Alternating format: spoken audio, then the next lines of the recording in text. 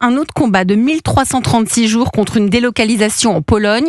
Des salariés ont, il y a 10 ans, repris en société coopérative l'usine d'été et d'infusion de Gémenos dans les Bouches-du-Rhône. Cette dernière, écoutez ça, va réaliser en 2024, cette dernière a réalisé en 2024 son meilleur chiffre d'affaires depuis cette renaissance.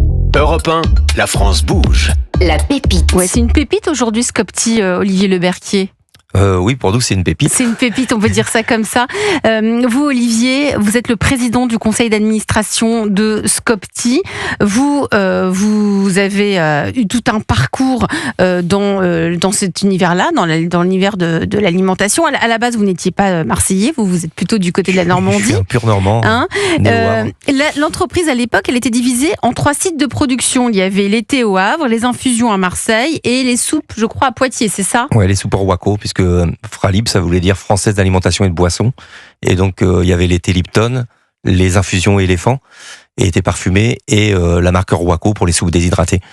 Et d'ailleurs, sur l'usine de Rwaco à Poitiers, c'était là aussi où ils fabriquaient la poudre chimique pour faire le Lipton Ice Tea, ce qui continue malheureusement à abreuver nos enfants avec un produit chimique, et vaut mieux boire du 1336. 1336, c'est la nouvelle marque de cette coopérative française. Tiens, allez, vous allez pitcher 1336, comme ça on vous situe tout de suite. Après, on reviendra un peu sur les Fralib et on reviendra sur tout ce chemin parcouru. Vous êtes prêts à pitcher donc c'est pas Scopti, c'est 1336 la marque pour le grand public. La coopérative s'appelle Scopti et notre marque s'appelle 1336. 1336, c'est quoi ? On vous écoute, Olivier Leberquier, c'est à vous. Alors 1336, c'est le nombre de jours de lutte qu'il nous a fallu pour simplement conserver nos emplois et l'outil industriel. Alors il n'y a rien de péjoratif dans ma bouche, on est uniquement des ouvriers, techniciens, agents de maîtrise qui avons repris l'entreprise. Aucun cadre n'a suivi, non pas qu'on n'a pas voulu qu'ils nous suivent, ils ont pas suivi l'aventure avec nous, donc il a fallu tout reconstruire. Et donc c'est une coopérative qui s'est créée à l'issue d'un combat social qui a duré 1336 jours. On revendiquait de conserver la marque Éléphant. C'est une marque qui est née en France, peu de personnes le savent. Elle est née à Marseille il y a bientôt 130 ans. Elle est vendue qu'en France et aujourd'hui c'est un non-sens total. Et donc je vais pitcher de cette manière-là, comme ça je vous ai amené aujourd'hui à une de notre fleuron, notre tilleul des Baronnies. Nous on travaille avec le syndicat du tilleul des Baronnies qui est situé dans la Drôme provençale, qui est à 130 km de notre usine. C'est cultivé sur place, cueilli sur place, séché sur place, coupé à la coupe infusette par un partenaire local. Ça fait 130 km, ça vient chez nous pour être vendu aux consommateurs français. Notre concurrent d'aujourd'hui, notre ancien patron Unilever avec la marque Éléphant, une marque qui est vendue en France, je reprécise encore aujourd'hui, le parcours de la plante, c'est Amérique latine, bien souvent, Europe de l'Est. Ça arrive par bateau aux bords anverses parce que fiscalement, ils optimisent à cet endroit-là. Maintenant, ça reprend la route pour aller à l'Est de l'Allemagne, pour être coupé, mélangé, aromatisé d'un peu. Alors eux, ils disent naturel identique, c'est des arômes chimiques, pour un petit peu des exhausteurs de goût. Ça reprend la route pour aller à Katowice pour être conditionné. Et une fois que c'est conditionné, ça vient en France pour être vendu aux consommateurs français. Encore une fois, c'est vendu qu'en France. Vous voyez un petit peu le bilan carbone de la marque Éléphant. Nous, on fait un petit peu plus simple, je pense, avec notre tilleul des Baronnies. Tilleul des Baronnies, marque 1336, tout est local, c'est français. Ça fait du bien, ça aussi, Gilles Attaf. Vous vous rendez compte ? Ça fait énormément de bien. Et puis, ça montre qu'il y a des voix, il y a des gens qui sont en capacité de faire des choses avec des valeurs. Moi, j'ai eu la chance de visiter encore une fois Scopti, c'est absolument remarquable. Ils ont un laboratoire, ils travaillent sur tous les sujets naturels. Et la marque 1336 est une marque qu'il faut absolument développer. Et il faut en parler un maximum parce que quand on voit aujourd'hui ce que représente le volume de ce qui est vendu en France de toutes les thés, il y a une progression absolument remarquable. C'est un marché qui ne cesse de grossir. Donc vous avez toute votre place pour faire rayonner la France. 4 ans de combat. C'était pas le cas chez Duralex. Non, vous êtes allé... C'était 40 jours. Donc. Vous, c'est 40 jours. Là, 4 ans de combat, Olivier Leberquier. Ça a été long. À l'origine, vous étiez 182 salariés à l'annonce de la fermeture du site de production. 76 à être restés pour mener le combat jusqu'au bout pendant ces 4 années. Aujourd'hui, que reste-t-il de ces années de combat et de l'entreprise qu'il y avait avant et l'entreprise d'aujourd'hui ? Il reste déjà l'équipement, puisqu'on a pu conserver l'ensemble de l'équipement. Donc des machines, vous voulez dire ? Oui, les machines, cédées à l'euro symbolique, puisqu'on a imposé à Unilever de les conserver, sachant qu'eux, ils voulaient tout délocaliser et vider l'usine, tout en Pologne. Alors, Dans les faits, ils expliquaient que les productions partaient en Belgique, une grande partie des productions en Belgique, à l'usine de Bruxelles, 80% effectivement partaient là-bas, mais en même temps, ils faisaient partir 80% l'équivalent de production à l'usine de Pologne. C'était un jeu de chaises musical. Et d'ailleurs, depuis, il y a 3 ans en arrière, l'usine de Bruxelles a elle aussi fermé. Aujourd'hui, il n'y a plus qu'un site de production pour l'Europe de l'Ouest pour Unilever, c'est le site de Katowice en Pologne. C'est un modèle de coopérative là aussi. Ça change quoi, Olivier Leberquier, d'avoir un modèle de coopérative? Pour nous, ça change tout, même si ça reste très compliqué. Hein. Tout à l'heure, vous évoquiez que, puisqu'au moment où on a fait l'interview, qu'on serait sur notre meilleur chiffre d'affaires, malheureusement, on va pas être très loin, mais on va être un petit peu en dessous du meilleur chiffre d'affaires qu'on avait fait en 2020. Mais ça reste encore très compliqué parce qu'en fait, c'est comme on n'a pas eu la marque éléphant quand à l'issue du combat, et encore une fois, on revendiquait pour les raisons que je viens d'expliquer. La différence avec Duralex, pour qu'on comprenne tous, Duralex a pu conserver son nom.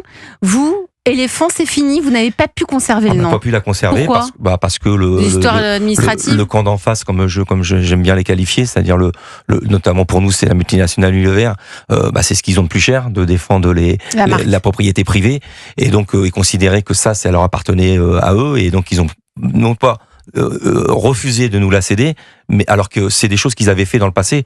Tout à l'heure, j'évoquais qu'il y avait le site de Poitiers où ils faisaient les soupes Roaco. Alors ça, c'est aussi des non-sens où on voit bien que les dirigeants qui quand ils font des restructurations, ils pensent pas du tout aux hommes et aux femmes. En 98, ils ferment l'usine du Havre, ça s'entend. J'ai pas l'accent qui chante de mes camarades provençaux. Moi, j'étais là-haut, et essentiellement, il y avait aucun repreneur. Pas possible de reprendre l'activité en thé-infusion. Donc ça, c'est en 98.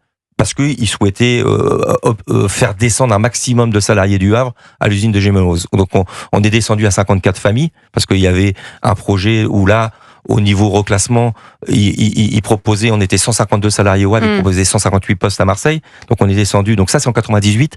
En 2000, ils ferment l'usine de Roaco, l'usine Roaco à Poitiers, et là, bizarrement, ils ont un repreneur, parce que le combat social, et le repreneur, c'est un conditionneur de thé et d'infusion. C'est la société Indar à qui il donne l'usine aux francs symboliques à l'époque, c'était encore les francs. Il donne l'usine aux francs symboliques, il donne les machines qui étaient restées au Havre dans un hangar pour le conditionnement de thé, et il leur donne la marque Compagnie Coloniale. Donc c'est des choses qu'ils savaient faire. Donc là, aujourd'hui, la marque, c'est 1336. Alors donc, comme on n'a pas eu la marque éléphant, alors mine de rien, il y a le côté politique quand on parle de la marque que nous on revendiquait de conserver, mais il y a aussi le côté économique quand on travaille sur notre projet. Le marché du thé et des infusions en France, c'est autour de 10 000 tonnes. Ouais.